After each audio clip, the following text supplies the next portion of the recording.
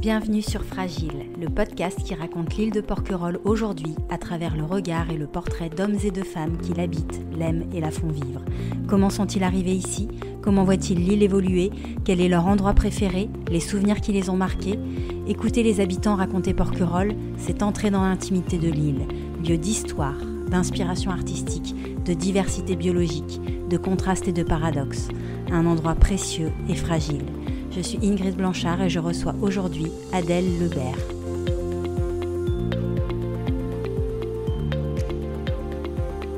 Bonjour Adèle, merci de me recevoir chez toi. Tu es diplômée de l'école hôtelière de Lausanne, première école hôtelière du monde dont tu es sortie major en 2013. Tu diriges l'hôtel-restaurant de la Villa Sainte-Anne, adresse historique et emblématique de Porquerolles. Alors historique car cet hôtel fut construit à la demande de l'abbé Boson dans les années 1910 et fut achevé d'être construit par François-Joseph Fournier, ton arrière-grand-père, après son acquisition de l'île en 1912. Emblématique car il jouxte l'église et surplombe la magnifique place d'Armes. Avant de prendre la direction de la Villa Sainte-Anne en 2015, quel a été ton parcours ? Alors, moi, mon parcours, j'ai beaucoup travaillé à Porquerolles dans un petit peu tous les secteurs. Location de vélo, location de jet ski, location de bateau, hôtellerie, restauration. J'ai passé un diplôme de capitaine dans la marine marchande qui m'a amené au yachting. Et au yachting, je me suis retrouvée sur un bateau et je me suis dit, tiens, ça me fait penser au langoustier. Du coup, je suis partie au langoustier. J'ai fait des saisons au langoustier à la plage d'Argent. Et puis, au bout d'un moment, je me suis dit, on va quand même reprendre des études pour essayer d'acquérir plus de connaissances, on va dire pas théoriques mais plutôt administratives et managériales également. Et donc du coup j'ai décidé en 2011 de postuler pour intégrer l'école hôtelière de Lausanne. Voilà un petit peu mon parcours. Ensuite à Lausanne j'ai fait ma scolarité, j'ai fait un stage de 6 mois à Genève. J'ai également fait un stage d'abord en Thaïlande qui s'est pas très bien passé, donc du coup je suis partie après à Paris. Et à Paris, j'ai travaillé pour une entreprise qui s'appelle Marugal et qui arrive sur plusieurs fronts, sur certains projets. Donc voilà, donc c'était de la gestion opérationnelle, de l'AMO et un petit fonds d'investissement. Donc ça m'a permis d'avoir pas mal de connaissances. Et puis suite à ça, on a également repris, on a gagné un appel d'offres, on a repris la gestion d'un hôtel à Chambord. On a récupéré les clés du jour au lendemain d'un truc un peu mystique et mythique. 50 chambres, 2 étoiles, en face du château de Chambord, une vue magnifique, mais un hôtel... voilà, on m'a donné les clés et c'était effectivement les mêmes clés que pour un château. 50 chambres, 50 clés, pas de wifi, pas de rien, mais c'était très très instructif et puis ça m'a fait penser à Porquerolles parce que c'était imagé à Porquerolles, mais on va dire que c'était des quarts de touristes qui venaient la journée et puis le soir il y avait plus personne, il y avait que nous, il y avait que notre hôtel resto et un commerce à côté et puis voilà, donc je me suis dit tiens, ça me fait penser à Porquerolles et à Sainte-Anne et puis pourquoi pas Sainte-Anne. T'es resté combien de temps dans cet hôtel ? Je suis pas restée très longtemps parce que après il y a eu des petits problèmes entre mon patron de l'époque et mon patron suivant et du coup on a perdu le contrat de maintenance. Donc du coup j'ai fait 4 mois sur les 2 établissements en même temps.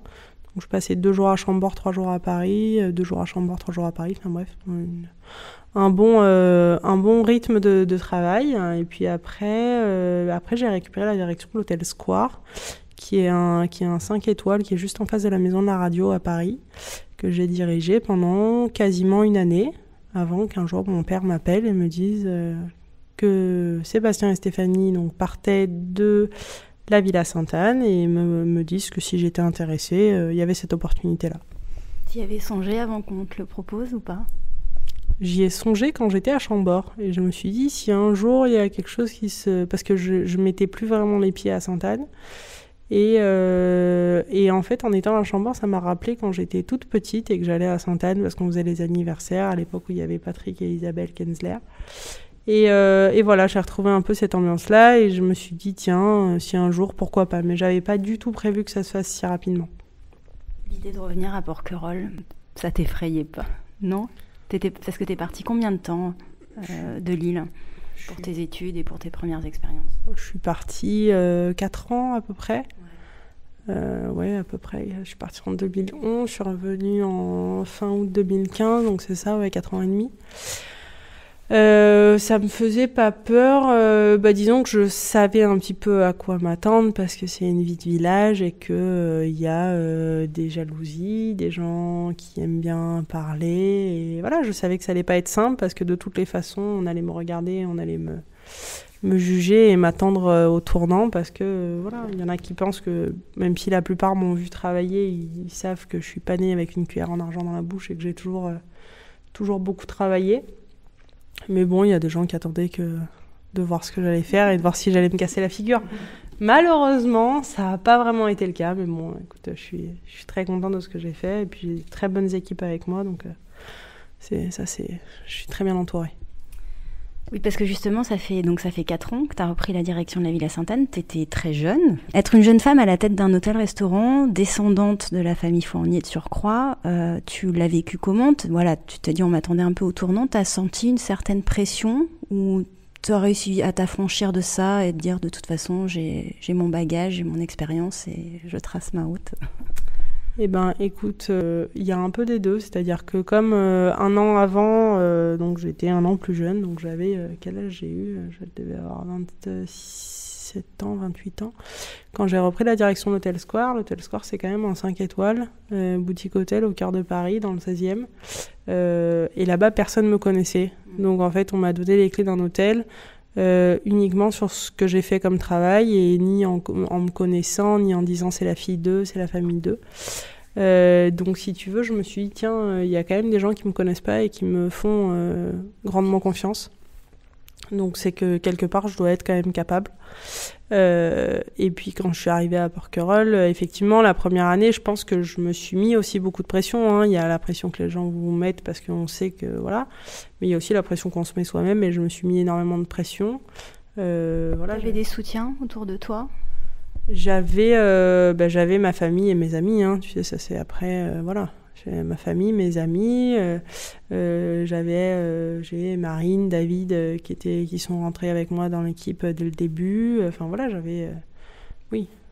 Heureusement, j'ai des amis d'enfance sur lesquels j'ai pu amplement compter. Et puis après, il a fallu se faire des nouveaux clients, connaître les habitués. Et puis je me suis fait aussi une autre famille avec ces clients habitués qui sont là depuis longtemps et qui m'ont accepté aussi parce que c'est pas forcément évident quand tu viens depuis 10 ans dans un hôtel et que la direction elle change d'accepter les changements parce que j'en ai fait, donc voilà.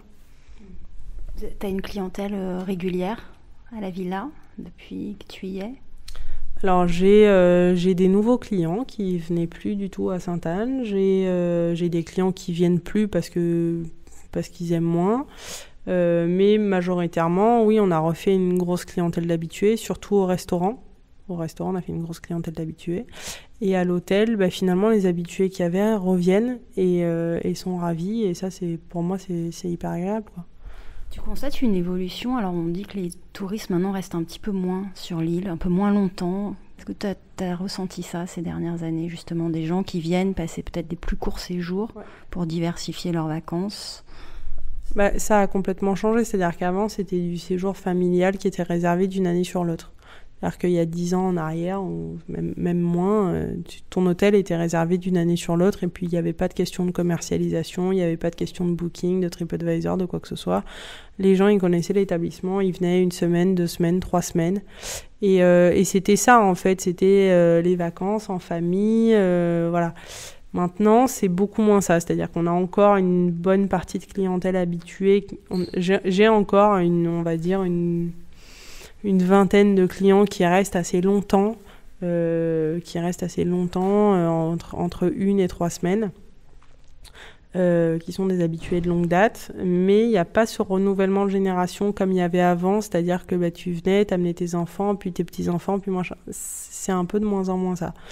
On est un peu sur du tourisme, entre guillemets, jetable. Je viens, je prends une photo sur Instagram, je repars, et puis je réserve surtout en dernière minute parce que maintenant j'ai compris qu'en dernière minute, j'avais des offres promo, donc j'attends la dernière minute. Et puis voilà. Et puis après. Ça, j'imagine qu'en termes de gestion, du coup, ça. C'est compliqué à gérer, C'est compliqué, et puis à ça tu rajoutes, mais bon après on est plusieurs à être concernés, mais à ça tu rajoutes la météo, parce que les gens, quand ils annoncent de la mauvaise météo, bizarrement, ils se cassent beaucoup de jambes, ils sont très malades, tous, leurs enfants souvent, les pauvres. Mais voilà, ça fait partie du truc, hein, on fait avec, hein, mais après c'est vrai que c'est compliqué, mais bon, voilà, on fait avec, hein, on n'a pas de baguette magique. Et c'est vrai qu'après, on se pose pas mal de questions chaque saison, parce que chaque saison, on voit d'une année sur l'autre que les saisons sont vraiment complètement différentes. Et par exemple, au mois de juillet, on voit qu'au final, le mois de juillet est de moins en moins rempli. Et ça se décale tout sur le mois d'août, quoi. Et ça décale sur l'arrière-saison aussi, parce qu'on travaille un petit peu mieux en septembre. Là, cette année, on a travaillé un petit peu mieux en octobre. Mais c'est vrai qu'il y a une évolution. Il y a une évolution. Alors, est-ce que c'est dû au climat? Est-ce que c'est dû aux habitudes? Je sais pas, aux façons de consommer. J'ai aucune idée. On se pose la question, mais on n'a pas trouvé de réponse, quoi. On saura peut-être le dire dans 5-10 ans. Relire le tourisme des années 2000. 12 enquêtes et analyses et études sur le tourisme à Porquerolles en 2020. Mais oui. J'aimerais revenir un petit peu sur ton enfance à Porquerolles. Tu es née et tu as grandi à Porquerolles, c'est ça? Alors techniquement, je suis née sur le continent parce qu'il n'y a plus d'hôpitaux à Porquerolles.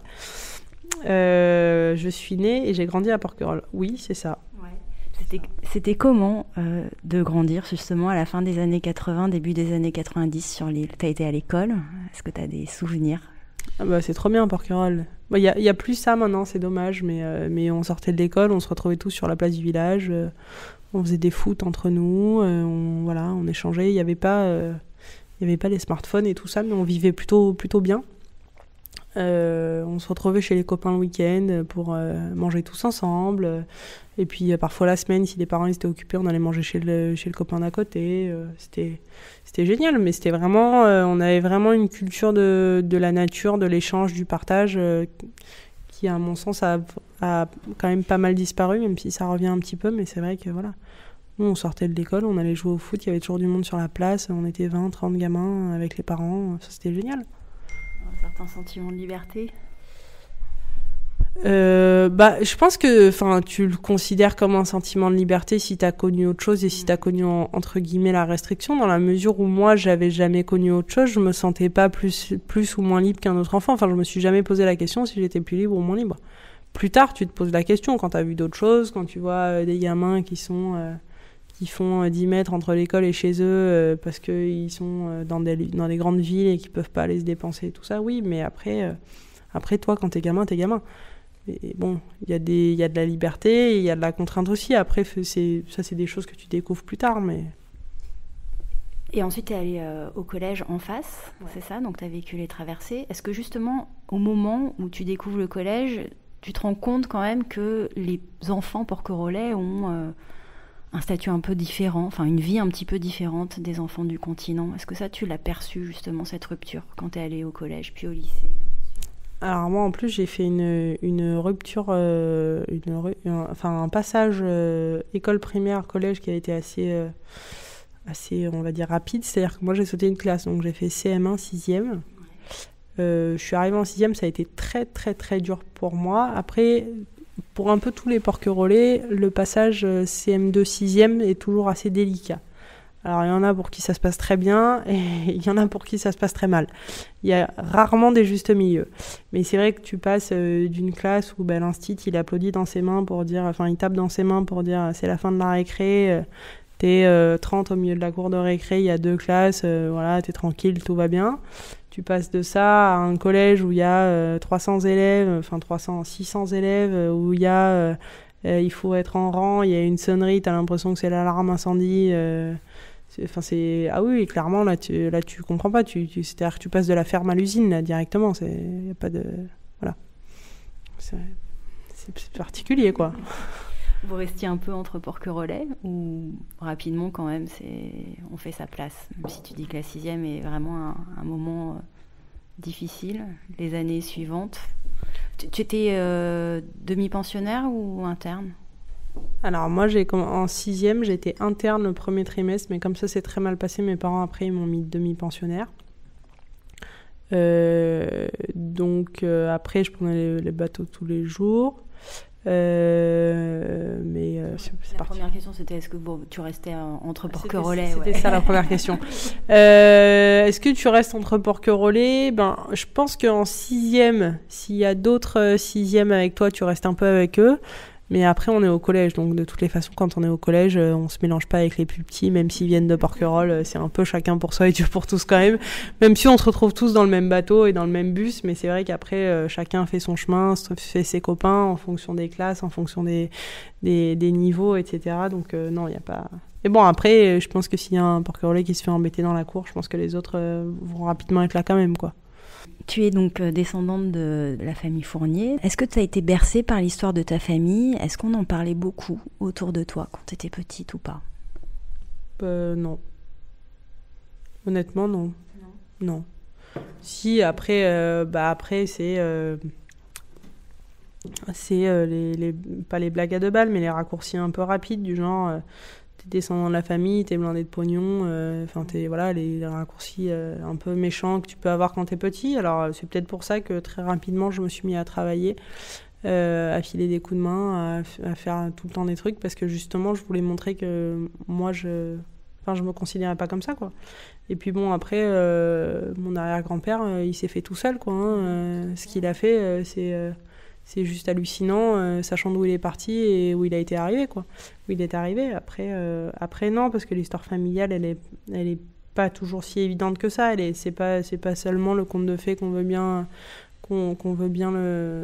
montrer, quoi. Mais c'est vrai que tu t'inscris en quelque sorte. Enfin, ouais, j'aime bien ce parallèle. Voilà, dans cette lignée de la self-made woman. Ouais, c'est ça. Comme mon arrière-grand-père, comme mon arrière-grand-mère, ma grand-mère, elle avait des choses, elle s'est battue pour les garder, quoi. Parfois, c'est plus simple de vendre et de se barrer et de se dire, je prends le pognon et je m'en fous. C'est beaucoup plus compliqué d'essayer de garder du patrimoine et de se battre pour le conserver, parce que bon, c'est quand même beaucoup de boulot et puis on se rend pas forcément compte, quoi. Donc voilà, ma grand-mère, elle s'est battue aussi pour le garder, et puis je compte bien avec ma famille me battre pour garder ce que ma grand-mère nous a laissé, quoi. La dernière fois qu'on a évoqué l'île ensemble, tu comparais la vie à Porquerolles à la vie en couple. J'ai trouvé que c'était plutôt bien vu. Est-ce que tu pourrais me redire en quoi on peut trouver des similitudes entre les deux ? Alors c'était au cœur de l'été, alors peut-être que là tu as un regard un peu plus apaisé. Au cœur de l'été, on est fatigué, hein. Mais après non, cette île, elle est géniale, mais elle peut être tout aussi dure que ce qu'elle est belle, elle peut être tout aussi violente que ce qu'elle est douce, elle peut être... Oui, c'est pour ça que tu peux la comparer à un couple, parce qu'au final, on est... nous, les gamins de Porquerolles, et même, je pense, les générations d'avant nous, quand t'es né ici, c'est toi avec ton île, c'est pas toi, tes parents, ton île, c'est pas toi, ta meuf, ton mec, ton île, c'est toi et ton île. En fait, on est des gens qui sont... on aime bien être entouré, mais on aime bien être seul aussi. Et on aime bien être seul avec notre île. Et du coup, c'est un peu un... Ouais, si tu peux rapprocher ça d'un couple en quelque sorte, parce que y a des fois où tu la détestes, et puis il y a des fois où tu l'adores, et puis il y a des fois où tu as besoin de partir pour... parce que c'est aussi c'est pas que les cartes postales, le bleu turquoise dont au final tu profites pas parce qu'à ce moment-là tu travailles, c'est aussi parfois des contraintes auxquelles on fait pas forcément attention, mais voilà, si je dois faire un rapport, je pense que je l'aime à 99% et je la déteste à 1%. On n'est pas non plus sur un truc vraiment conflictuel, quoi. Voilà, je pense que sinon je passerais pas 365 jours par an sur l'île, quoi. Mais voilà, je pense que c'est pas n'importe qui peut venir et dire tiens, moi je vais passer mon hiver à Porquerolles, parce qu'il faut avoir la tête bien remplie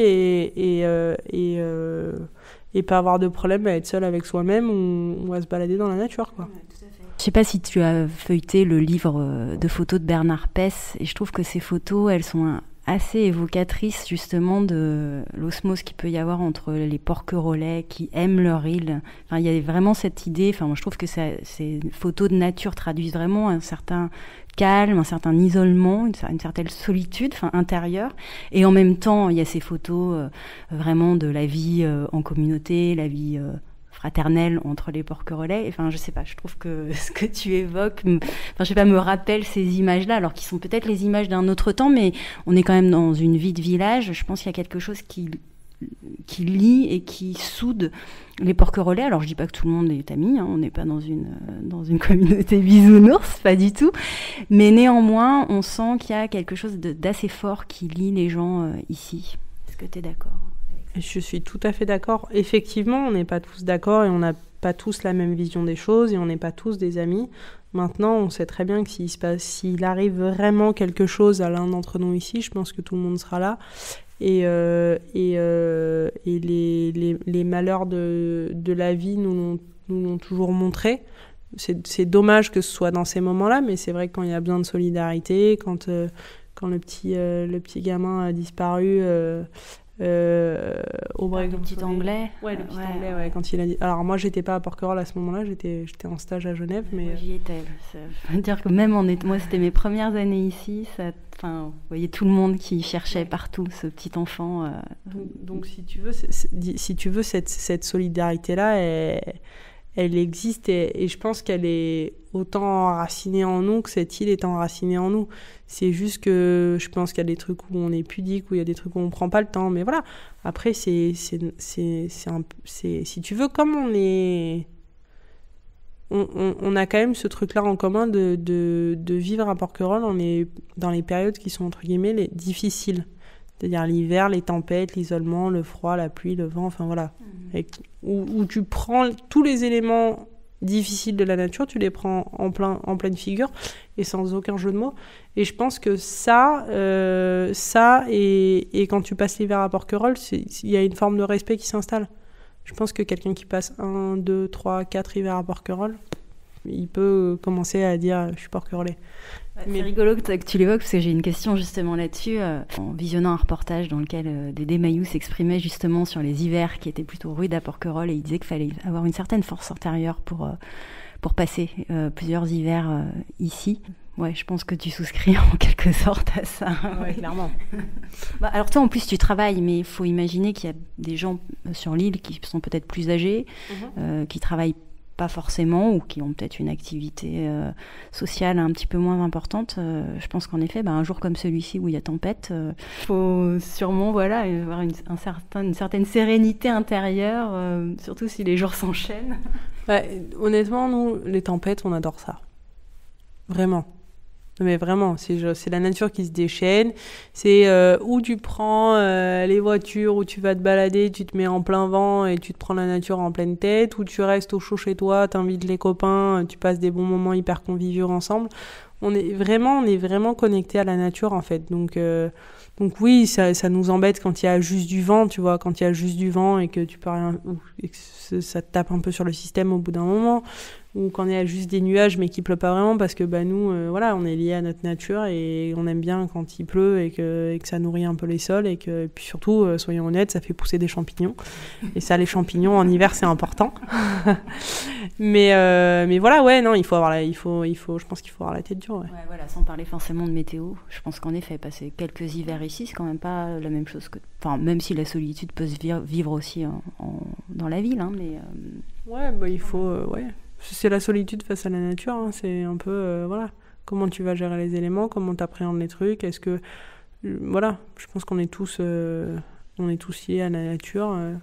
Moi, quand il fait beau, d'aller travailler, ça me pose pas de problème. Enfin, je pense qu'on est à l'inverse de quelqu'un qui vit à la ville, où quand il fait beau, il a pas trop envie de travailler, et puis quand il fait pas beau, il a envie de travailler. Moi, c'est un peu l'inverse. C'est-à-dire que pour moi, tu vois, moi, mes parents, ils avaient la plage d'Argent, et la plage d'Argent, quand il faisait pas beau, qu'il y avait tempête ou qu'il pleuvait, c'était fermé. Donc pour moi, c'était synonyme, entre guillemets, de vacances, parce que j'avais mes parents à la maison, on était coucounés et tout, c'était génial. Mais ça, c'est resté. C'est-à-dire qu'un temps comme aujourd'hui, j'ai été travailler parce qu'il le fallait, Et honnêtement, un temps comme aujourd'hui, tu vois, moi j'ai envie de profiter, quoi, ou d'être dehors, entre guillemets, sauter dans les flaques, ou d'être au coin de la cheminée avec les copains. Mais voilà, on est vraiment, on est vraiment liés à enfin voilà quoi. Connecté avec la nature, quoi. Ouais, totalement. Clairement. Un jour sur l'île, alors on va prendre un jour l'été. Ça ressemble à quoi pour toi, Adèle ? Un jour sur l'île l'été, ça ressemble à mon réveil qui sonne, et puis lève-toi, et puis tu verras bien ce qui t'arrive. En été, je me réveille à 7h, je vais au travail à 7h30, et puis après on voit comment la journée se déroule, quoi. J'ai une pause l'après-midi, et puis on repart jusqu'à tard le soir. Il y a ce qui est prévu, on va dire, de la routine, pour moi, ce qui est la routine opérationnelle, donc où tu sais à peu près les cadres de ta journée, qui vient travailler, combien de clients tu vas avoir, etc., etc. Et puis, il y a les aléas. Et puis, c'est les aléas qui font ta journée. C'est-à-dire que ta journée peut très bien se passer ou très mal se passer. Voilà. Mais il n'y a pas de... Voilà. Et en général, on fait en sorte que ça se passe bien. Mais comme c'est pas uniquement lié à nous, voilà. T'arrives à trouver des moments un peu de soupape l'été ou pas ?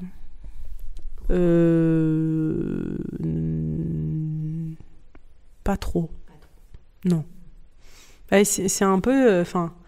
il y a tout le temps du monde, tout le temps du bruit, tout le temps il fait chaud, nanana. Moi, pour avoir un moment de soupape, il faut que j'ai un moment où, voilà, j'entends rien, il n'y a pas de bruit, tranquille, machin. Donc les moments de soupape, en fait, c'est en hiver, quoi. Quand l'île est calme. Voilà. Donc là, ça va commencer un peu quand même ? Ouais, ça va commencer.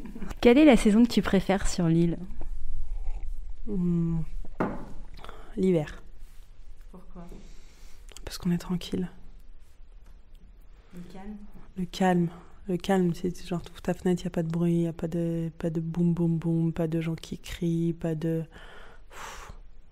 C'est en hiver. En hiver, t'es toi, quoi. Il n'y a pas de faux semblants, pas de machin, pas de... Voilà. T'es en hiver, t'as envie d'aller aux champignons, tu vas aux champignons, t'as envie de faire un barbecue, tu fais un barbecue, t'as envie de rester couché, tu restes couché. Bon, en plus du travail, hein, mais bon, t'es plus libre en hiver. Moi, j'adore l'hiver. L'endroit que tu préfères sur l'île, ou les endroits ? Les chevreaux ? Ouais. Ah, les chevreaux, ouais. Les chevreaux au coucher du soleil. Les chevreaux, après, il y a plein d'endroits qui sont jolis. Il y a la Vigie, c'est beau. Il y a la Repentance, tu vois un peu tout partout. La Galère, c'est perdu, comme son nom l'indique. Et puis bon, en temps de Mistral, il n'y a personne. L'îlotte, les gorges du Loup, enfin toute la partie, plutôt tout ce qui est sauvage de l'île, en fait. Moi, perso, Notre-Dame, la Courtade et compagnie, ça plaît aux touristes. Moi, c'est un peu trop lisse pour moi. C'est un peu trop instagrammable pour moi. Pour toi, la porquerolle authentique, ça signifie quoi ? L'île ou... C'est ça que tu veux dire ? Ouais. La porquerolle authentique, ça signifie... viens au mois de janvier. C'est ça, c'est l'île au cœur de l'hiver, c'est ça ? Ouais. Authentique, oui. Après, effectivement, l'été, ça fait partie de l'île, mais l'été, les plages et l'eau turquoise, c'est pour les autres. Non, mais c'est vrai, au final. Nous, on est porquerolais, on s'en fout que l'eau, elle soit bleu turquoise ou... Enfin, si, on s'en fout pas, parce que ça fait partie de notre paradis, on est hyper content. En hiver, c'est magnifique, on en profite, il n'y a pas de bateau, pas de machin, c'est super. Mais après, on n'y vient pas pour faire des photos. Mais à côté de ça, j'ai voyagé, je me suis retrouvée en Nouvelle-Calédonie. Alors, la mer était bleu turquoise et il y avait des cocotiers et des palmiers. Mais bon, il y a des poissons qui piquent, des requins qui te bouffent, des serpents qui te font mourir, des araignées qui te font mourir. T'es là, tu fais, moi ici, j'ai envie de me jeter dans l'eau, je cours, je me jette à l'eau, et puis voilà, je suis dans l'eau, quoi. J'ai pas de questions à me poser. Elle est là, la vraie liberté, je pense. C'est qu'on se pose pas de questions, quoi. On y va. Est-ce que tu pourrais me raconter un souvenir ou une anecdote marquante de ta vie à Porquerolles ? Un seul truc, je sais pas. Non, mais les moments heureux quand t'es gamin, les anniversaires, à l'époque où il y avait le club de moto, l'époque où on jouait au foot entre copains et il y en avait toujours un pour se péter une cheville. Non, mais des moments, il y en a plein, et puis il y en a plein à se créer aussi, quoi. Tu vois, il y a les anniversaires en hiver, les soirées, Après, c'est pas... Voilà. Mais un Porquerolles authentique, je te dirais que oui, quand on était gamin et qu'on se faisait les anniversaires chez l'un, chez l'autre, voilà. Le club de moto, c'est quoi ? Il y avait un club de moto. Il y avait un club de moto avant qu'il y ait le Pré des Palmiers 2. Il y avait les anciens chais, et dans les anciens chais, il y avait un hangar où il y avait les motos. C'était les parents qui avaient acheté les motos d'ailleurs. Et le club de moto s'occupait de l'entretien. Et en fait, il y avait, c'était pour apprendre à faire à la moto aux petits. Donc, et il y avait un circuit de motocross, qui était quand tu vas sur la route de l'Indienne. Tu vas sur la route de l'Indienne, il y a les amandiers, et juste après, il y a un grand champ. Maintenant, il y a les ruches. Et ben là, il y avait tout un circuit de moto avec des grosses bosses, des circuits, des verres, des machins, des trucs. Et on a tous appris à faire de la moto là-bas.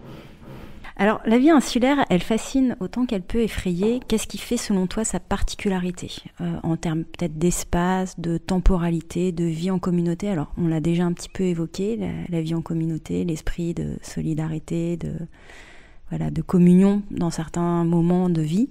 Mais pour toi, la vie insulaire, qu'est-ce qu'elle a de caractéristique ? Toi, en plus, qui as habité quand même un certain temps sur le continent, être ici, qu'est-ce que ça a de différent ? Eh ben, déjà, si tu veux bouger, il faut que tu aies un bateau. Ou alors, il faut que tu sois dans les horaires où il y a la navette, et il faut que la météo le permette. Déjà, de base. Mais ça, c'est un problème d'insularité qui est propre aux petites îles, on va dire. C'est-à-dire que tu peux pas comparer les problèmes d'insularité à Porquerolles des problèmes d'insularité en Corse, tu vois, par exemple. En Corse, tu prends ta voiture, il y a un supermarché, et nous, tu prends ta voiture, déjà, tu sors pas du village parce que tu peux pas, et puis tu peux pas dire, tiens, je vais aller faire les courses. Tu vois. Par contre, tu peux appeler tes copains en disant, ouais, je suis en galère pour ça, est-ce que, voilà. Donc je pense que là-dedans, il y a une solidarité qui se crée, parce que bon, il y a un moment, si tu as envie de faire des crêpes et que t'as pas de sucre, il faut que tu ailles chercher chez tes copains, quoi. Voilà, non, mais sinon, après, les problèmes de l'insularité, c'est, typiquement, le fait qu'on est quand même on n'a pas la continuité territoriale, il y a plein de choses qu'on doit payer en plus que sur le continent, c'est-à-dire qu'au-delà des problématiques pour aller faire tes courses, machin, il faut que tu payes ton bateau, il faut que tu payes ta place de parking, il faut que tu acceptes que ta voiture, elle se fasse... elle s'abîme beaucoup plus vite. Enfin, voilà, après, c'est des problématiques, on va dire, logistiques, mais c'est pas... c'est pas grave, quoi. C'est pas grave, c'est du matériel, quoi. Donc plus d'avantages que d'inconvénients à vivre sur l'île. Mais je sais pas, je vois pas ça comme des avantages ou des inconvénients, mais genre tu me dis tu vis à Porquerolles ou tu vis ailleurs, je te dis mais je vis à Porquerolles, moi c'est chez moi, c'est ma vie, moi je pense que genre tu sais, les gens ils me disent est-ce que c'est compliqué de vivre sur une île ? Je dis quand tu y as vécu toute ta vie, c'est pas compliqué. Je veux dire, à partir du moment où tu sais que ton supermarché il est ouvert que le matin et où le dernier bateau il part à 5h, une fois que tu le sais, tu le sais. C'est sûr qu'après, quand tu habites à Paris, comme j'ai pu habiter, tu as juste l'impression que ta vie, elle est 10 fois encore plus facile. Mais tu te dis pas, quand je rentre à Porquerolles, c'est plus compliqué. Tu te dis juste que pour les autres, c'est plus simple. Mais tu te dis pas, à aucun moment, je me dis, ouais, pour moi, c'est plus compliqué. Je dis juste que moi, c'est ma façon de vivre. Si tu vis ailleurs, il y a d'autres trucs qui sont beaucoup plus simples. Bon, d'autres qui sont beaucoup plus compliqués aussi, mais genre... Mais après, c'est pas des contraintes, c'est juste que pour certains, c'est plus facile ailleurs, mais c'est pas... Enfin, moi, j'ai jamais vécu le fait de pas avoir de salle de cinéma comme une contrainte, quoi, tu vois. Ou pas... L'insularité, c'est bien, mais il faut être solide.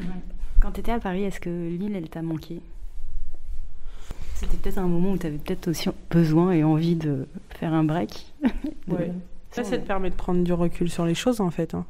Et de faire la liste aussi de faire un point un peu. Qu'est-ce que t'aimes bien, qu'est-ce que t'aimes pas. Si t'y retournes, tu sais ce que t'aimes pas et que ça va pas changer, mais tu vas donner beaucoup plus d'importance à ce que t'aimes bien. Après, oui, l'île m'a manqué, mes copains m'ont manqué, mais il y a autre chose, en fait, c'est que quand tu pars et que tu reviens 3 jours, par exemple, c'est hyper agréable parce qu'en fait, pendant 3 jours, tu vois tous tes potes et tout le monde est disponible, tu vois. Alors qu'au final, quand tu vis sur l'île, on a toujours un truc à faire, on n'est pas toujours disponible, on a toujours un qui travaille, un qui est fatigué, un qui machin. On n'est pas, en fait... Et alors que quand tu vis ailleurs et que tu reviens, c'est quand même hyper agréable parce que d'un coup, t'as tous tes potes qui t'attendent et d'un coup, t'es genre, pas le messie, mais genre, tu sais, c'est trop bien. Porquerolles l'été, alors c'est un sujet en soi et j'aimerais qu'on évoque ensemble le sujet de l'hyperfréquentation. Alors l'été, le parc enregistre des pics de fréquentation de 8500 personnes débarquées par les navettes, sans compter les plaisanciers. C'est un sujet qui pose un certain nombre de problèmes, de questions en tout cas, d'atteinte à l'environnement, de gestion de l'eau, des déchets, saturation des services et au final, certaines insatisfactions des visiteurs. Est-ce que tu as vu vraiment l'essor de la fréquentation depuis que tu es toute petite sur l'île? Est-ce que toi tu l'as vécu, tu l'as ressenti? Et quel regard tu portes sur cette hyperfréquentation? Alors, d'autant plus que tu vis, toi, du tourisme, mais en tant que porquerolloise, voilà, est-ce que toi, tu as une position sur ce sujet-là? Alors moi, j'ai toujours dit que j'étais porquerolloise avant d'être commerçante et que je ferais toujours passer l'île avant mon commerce ou mes commerces. Mais honnêtement, oui, je trouve qu'il y a de l'hyperfréquentation, qu'il y a des pics sur le week-end de l'Ascension, des pics...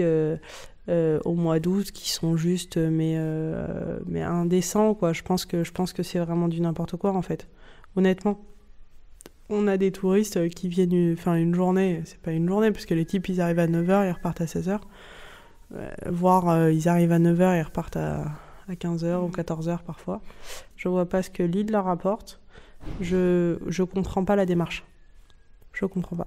C'est-à-dire qu'avant t'avais des gens qui venaient, qui prenaient le temps, qui découvraient l'île, tu vois, qui genre s'imprégnaient un peu, tu vois. Là, en fait, ils viennent, t'as l'impression, ils viennent, ils prennent des photos et ils repartent.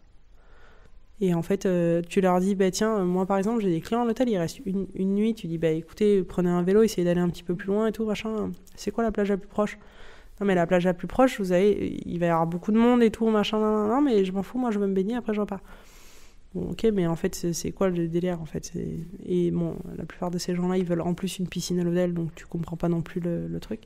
Mais non, je pense qu'effectivement, il y a une vraie grosse problématique et j'en parle régulièrement dans les différentes réunions auxquelles j'assiste. Et puis, c'est un sujet que le parc a pris à cœur, et tant mieux. Maintenant, il faut que ce soit suivi par les différentes instances qui gouvernent l'île, parce que malheureusement, l'île est gouvernée par plusieurs instances, donc c'est un petit peu compliqué d'avancer sur ces sujets-là. Mais effectivement, il y a beaucoup trop de monde. Il y a beaucoup trop de monde. Tu serais favorable à limiter le nombre de navettes, par exemple, ou pas? C'est une des pistes, c'est ok. Ouais, clairement. Il y a un moment, il faut être réaliste. On passe 10 000 personnes par jour. On est à même pas de 200 chambres d'hôtel. Cette hyper-fréquentation-là, ça nous a apporté les Airbnb, c'est-à-dire que des appartements qui étaient avant loués à l'année sont maintenant loués à la semaine. Donc il y a moins de monde au village l'hiver. Il y a des bateaux qui servent de bateaux-cabines qui sont loués le même prix que des chambres d'hôtel. Et après, on récupère les gens parce que les gens nous disent « Non, mais attendez, on comprend pas, c'est une catastrophe, ce lit, ce machin, ce bateau et tout. » Donc ça apporte rien de bon, cette hyper-fréquentation. Vraiment rien. Quel regard tu portes sur la sensibilisation qui est faite justement auprès du grand public? Alors je pense plutôt aux problématiques environnementales. Est-ce que tu trouves que les messages qui sont passés aux touristes qui viennent passer une journée sont suffisants? Il n'y a pas de message. Il n'y a pas de message. Alors, cette année, il m'a semblé voir des personnes du parc, tu sais, à la Tour Fondue. Ouais, le trieur, la bouillade. Ouais, voilà. Et ça, c'était que... quand il y avait les plans alarmes. Ouais, tout à fait, quand il y avait du vent et risque incendie. Mais non, il n'y a rien qu'à changer. Les mecs, ils viennent, tu leur dis c'est interdit de fumer sur l'île, ils te regardent, ils te disent non mais t'es qui, ferme ta bouche. Ils partent du principe que comme ils ont payé... c'est un peu comme à l'hôtel d'ailleurs, les chambres d'hôtel. Ils partent du principe que comme ils ont payé la traversée, l'île leur appartient et que t'as rien à leur dire. Ils ont acheté l'île en fait. En payant le billet de bateau, ils ont acheté l'île. Et c'est chez eux et en fait, ils s'en foutent. Et c'est bien dommage. D'ailleurs, bien souvent, des gens ne savent pas qu'ils sont dans un parc national. Est-ce qu'il faut forcément être dans un parc national pour agir avec respect envers la nature? Je pense pas. Je pense que simplement il y a un problème d'éducation et que les gens ils n'ont pas compris encore que la nature elle était fragile, qu'on en avait qu'une et qu'il fallait la préserver, quoi. La sensibilisation elle est pas là, les gens ils savent pas qu'ils sont dans un parc national, mais encore une fois c'est même pas ça, c'est que les gens ils savent pas qu'ils sont au milieu de la nature et que la nature est fragile. Que quand on leur dit de pas fumer, c'est pas parce qu'on a envie de les faire chier, c'est juste que s'il y a un incendie qui se déclenche, en 1h30 il n'y a plus de porquerolles, quoi. Donc pour un type qui a fumé une clope, en 1h30 on peut perdre toute l'île, quoi. Et je dis pas ça en étant commerçante et en me disant ouais super je vais perdre mon billet. C'est juste que moi c'est le pire cauchemar que je puisse faire depuis que je suis née. C'est un incendie sur l'île, quoi. Mais c'est un truc, c'est viscéral, quoi. Moi quand j'entends un départ de feu ou quand j'entends les canadaires, je suis au 36e dessous, quoi. Il y a eu une marée noire l'année dernière, je crois que ça a profondément mobilisé les porquerolais, ça leur a fait mal. Mais je crois que le feu c'est vraiment quelque chose que redoutent vraiment les porquerolais les plus entachés que j'ai interrogés, c'est le premier mot qui vient à la bouche, quoi. Le feu, c'est vrai que c'est vite arrivé et que, comme tu l'expliques, il y a beaucoup de gens négligents qui ne se réalisent pas qu'un simple mégot peut... Et puis t'as des gens qui font des barbecues sur la plage en hiver, en été, hein, tu sais. Il y a de tout. Et t'as des gens, moi j'ai une pinède en face de l'hôtel, il y a des gens, ils fument dans la pinède. Et tu leur dis, mais qu'est-ce que vous faites? Oh bah ça va, on fait rien de grave. C'est leur truc. Ça va, on fait rien de grave. Je pense qu'il y a un problème, un rapport à la nature qui... Après, je dois avoir des clients formidables parce qu'à chaque fois, je leur dis attention, parce qu'à chaque fois qu'on les accompagne en chambre, on les sensibilise, donc on leur dit qu'il n'y a pas beaucoup d'eau, donc s'ils peuvent éviter de gaspiller l'eau, qu'il est interdit de fumer en dehors du village, que si tu as des poubelles, il faut vraiment les mettre dans les poubelles et pas n'importe où. Et ils me disent tous oui, mais c'est normal, machin, nanana. Mais vu la quantité de déchets qu'on retrouve en dehors des plages, vu le nombre de gens qu'on retrouve en train de fumer, vu le nombre de gens qu'on retrouve en train d'arracher des plantes, de passer au-dessus des trucs, etc., de pas mettre les poubelles dans les poubelles, je me dis qu'à un moment il y a un truc qui va pas, donc où les gens ils sont hypocrites, ou ils sont pas au courant, ou je dois avoir des super clients et c'est formidable, hein, mais en même temps tu fais quand même ton travail de sensibilisation. Peut-être que ces personnes qui te disent en face oui absolument c'est normal, peut-être que si elles n'avaient pas eu le message bon, sans dire qu'ils sont dans l'incivilité totale, tu vois, par négligence ou par... Et c'est dommage, en fait, parce que après, moi, j'ai été longtemps en Suisse. J'ai voyagé en Nouvelle-Zélande, où c'est des pays où la nature, elle est... Que tu habites en ville ou à la campagne, tu sais que c'est la nature, qu'elle est fragile, qu'il faut la préserver. Tu le sais. C'est-à-dire qu'il y a effectivement la répression, mais sans même la répression, tu sais. On peut souhaiter qu'avec les mouvements actuels, les jeunes générations soient un peu plus sensibles. Enfin, bon, moi, personnellement, je vois que mes enfants, ils sont même assez autoritaires avec nous en disant « Maman, tu prends des trucs avec trop d'emballage » et tout ça. Donc, je pense que bon, il y a une lame de fond. On peut juste souhaiter voilà, que ça nourrisse... Je suis pas du tout résignée. Hein, je suis pas du tout résignée. Mais tu me demandes si ce qui est fait est suffisant. Je pense que ce qui est fait n'est pas suffisant.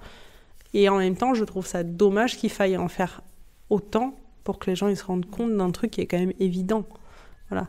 Mais après, non, effectivement, le message n'est pas assez fort. Alors, à tes clients, par exemple, qui ont envie de découvrir un peu l'île autrement, justement, de ne pas aller à la Courtade ou à Notre-Dame et de découvrir un petit peu d'autres coins de l'île, et qui viennent passer une journée, alors bon, ou deux, tu leur conseillerais quel itinéraire? Déjà, est-ce qu'il faut qu'ils aillent à pied, à vélo? Quel sentier doit emprunter? Moi, j'ai plusieurs types de clientèle.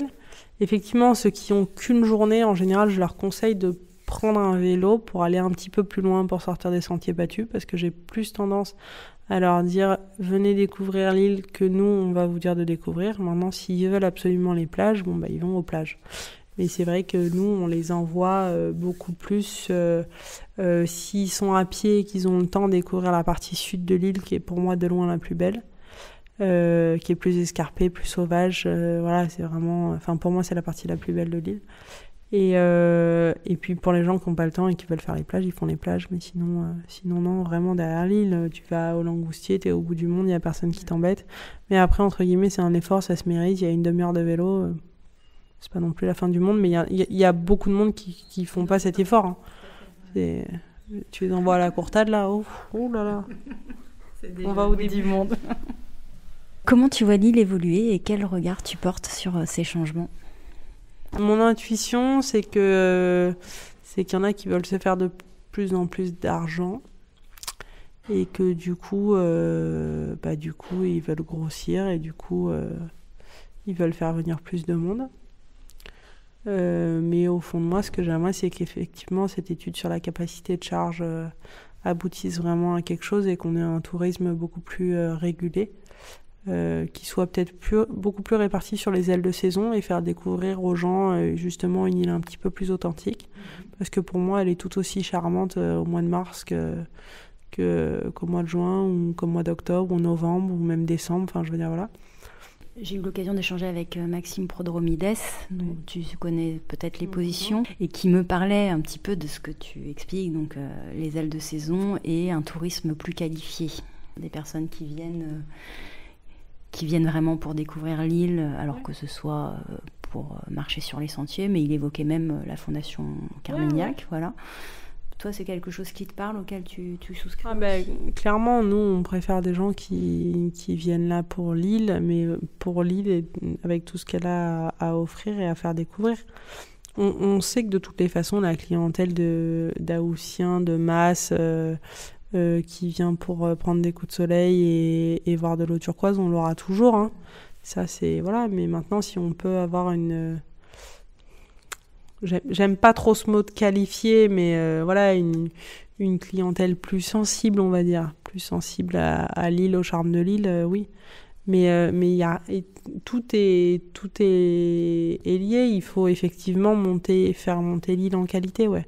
Arrêter de faire de la quantité et puis faire de la qualité, clairement.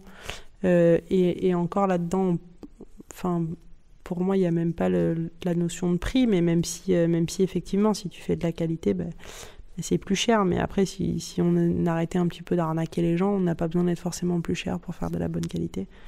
Mais voilà, une espèce de philosophie entre que ce soit la Fondation Carmignac, que ce soit les visites dans les vignes, que ce soit la découverte du Fort Sainte-Agathe, du Moulin, etc., etc. Je pense qu'effectivement, peut-être un tourisme plus encadré. Tu vois, je te fais un parallèle avec un truc qui n'a rien à voir, mais avant les locations de jet ski, tu venais, tu avais ton permis, tu partais en jet, tu détruisais la moitié de la nature. Maintenant, les locations de jet ski, 95% du temps, c'est avec moniteur. En tout cas, sur la zone ici, 95% du temps, ils font plus de la location sèche, ils font des locations encadrées avec des moniteurs. Moi, je pense que si on développait plus ce truc d'avoir des randonnées encadrées par des moniteurs, des sentiers pédestres avec justement des guides, etc., etc., je pense que ça ferait un tourisme. Parce que les gens, quand ils viennent ici, ils sont un peu lâchés dans la nature, ils savent pas où ils vont, ils savent pas pourquoi, machin. Je pense que tu peux faire une offre, si tu peux appeler ça comme ça, mais rando ou découverte de l'île, où là, on prend le temps de sensibiliser les gens, d'expliquer voilà ce qu'on peut faire à Porquerolles, voilà qui on est à Porquerolles et voilà où est-ce qu'on veut aller, quoi. D'ailleurs, envie aux gens de revenir, de passer peut-être un petit peu plus de temps et pas juste être, comme tu dis, sur la photo Instagram de la Courtade et de Notre-Dame. Justement, en parlant de la Fondation Carmignac, alors elle a ouvert l'année dernière, après des longues années de travaux qui ont suscité des questionnements, voire quelques élans de colère chez les Porquerolais. La Fondation a présenté cette année sa deuxième exposition dans un climat qui m'a semblé en tout cas plus apaisé. Comment toi tu as vécu cette installation et quel regard tu portes aujourd'hui sur ce lieu artistique qui est devenu en quelque sorte un des lieux phares de l'île ? Je pense que c'est bien parce que ça a apporté des activités supplémentaires, on va dire, à Porquerolles et une activité culturelle supplémentaire à Porquerolles. Ce qui ravit beaucoup de familles et de gens qui restent un petit peu plus longtemps sur l'île parce que ça fait une activité en plus.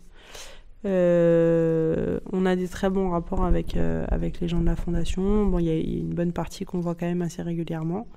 Donc, si tu veux, moi, je le vois comme une bonne chose. Après, cette année, ils ont fait quand même beaucoup moins de publicité. Donc, on a eu moins cette clientèle bling-bling, art contemporain, parisien. On a eu plus des familles, plus des gens qui venaient sur l'île, mais aussi qui avaient intégré la fondation. Donc, du coup, c'était une approche complètement différente. J'ai des très bons retours sur le lieu et sur la philosophie du lieu. Cette idée de prendre le temps, de se balader, voilà. Tu avais visité l'exposition l'année dernière ? Ouais, l'année dernière, j'y suis allée 2 fois, je crois, 2 ou 3 fois. Non, c'était bien. Moi, j'avais bien aimé l'année dernière. Et puis, bon, l'art est censé te faire réfléchir, donc te provoquer parfois.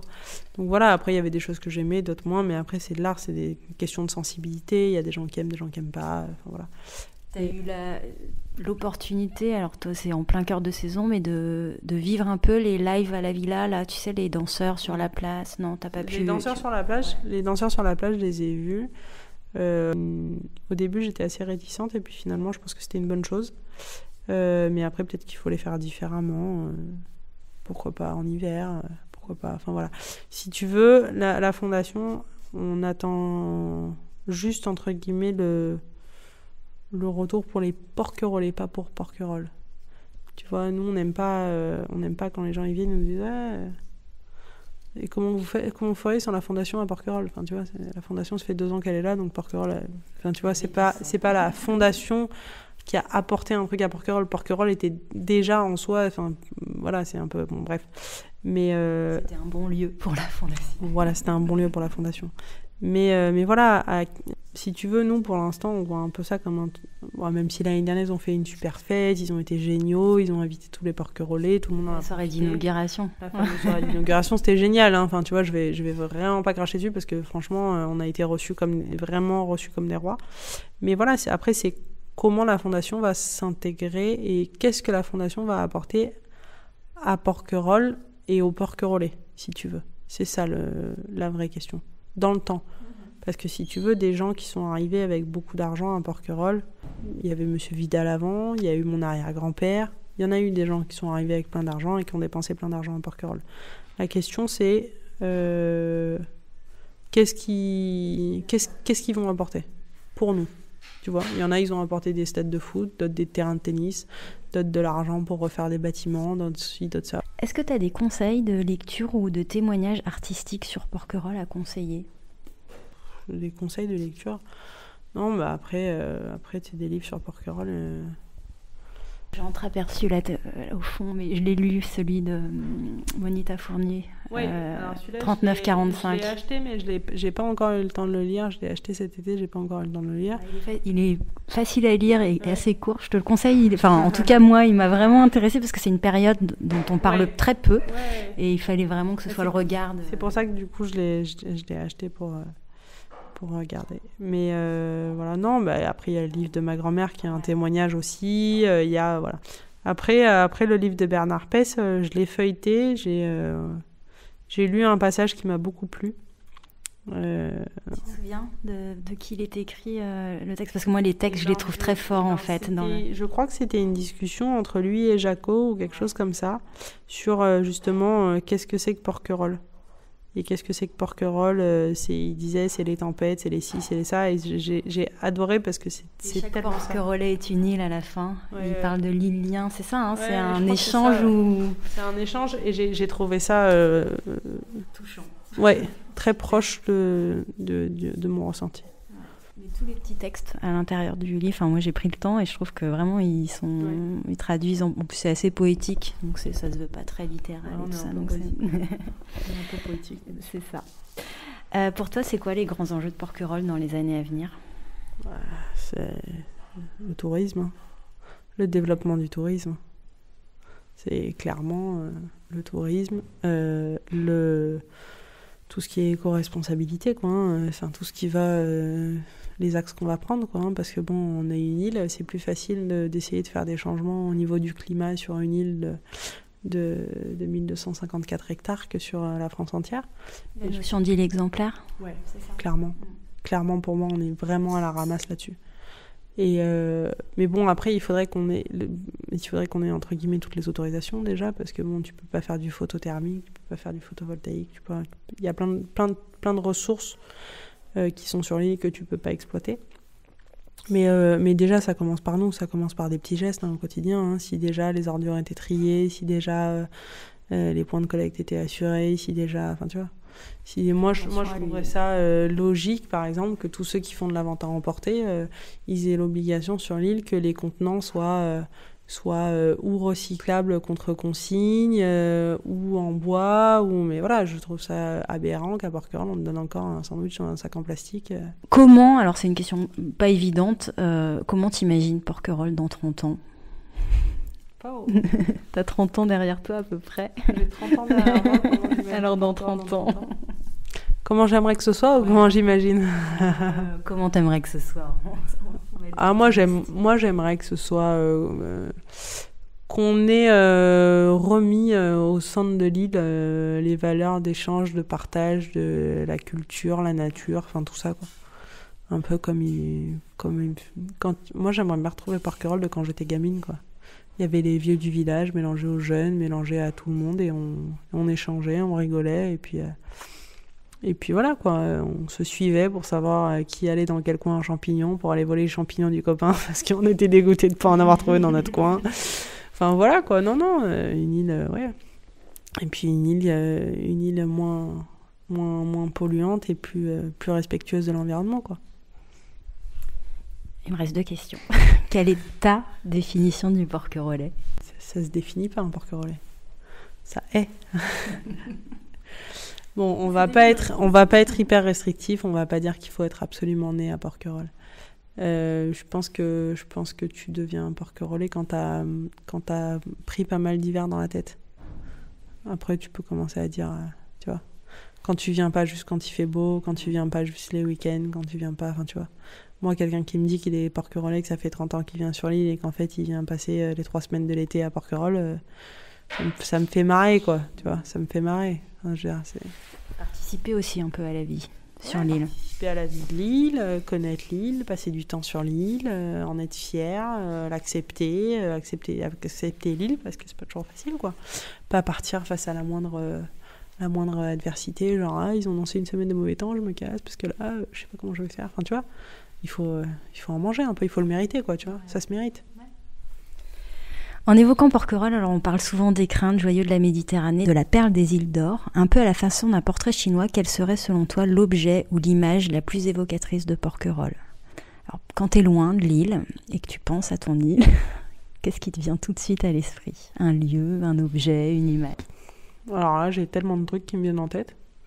Non, je sais pas, si je devais ramener un truc de Porquerolles avec moi, je prendrais un bout de caillou, un bout de rocher. Un caillou, c'est mon caillou, Porquerolles. T'irais le chercher sur quelle plage ? Je le ramènerais de... Non, j'aurais pas le chercher sur une plage. J'aurais le chercher, je pense, au Chevreau, ça ira très bien. Ouais.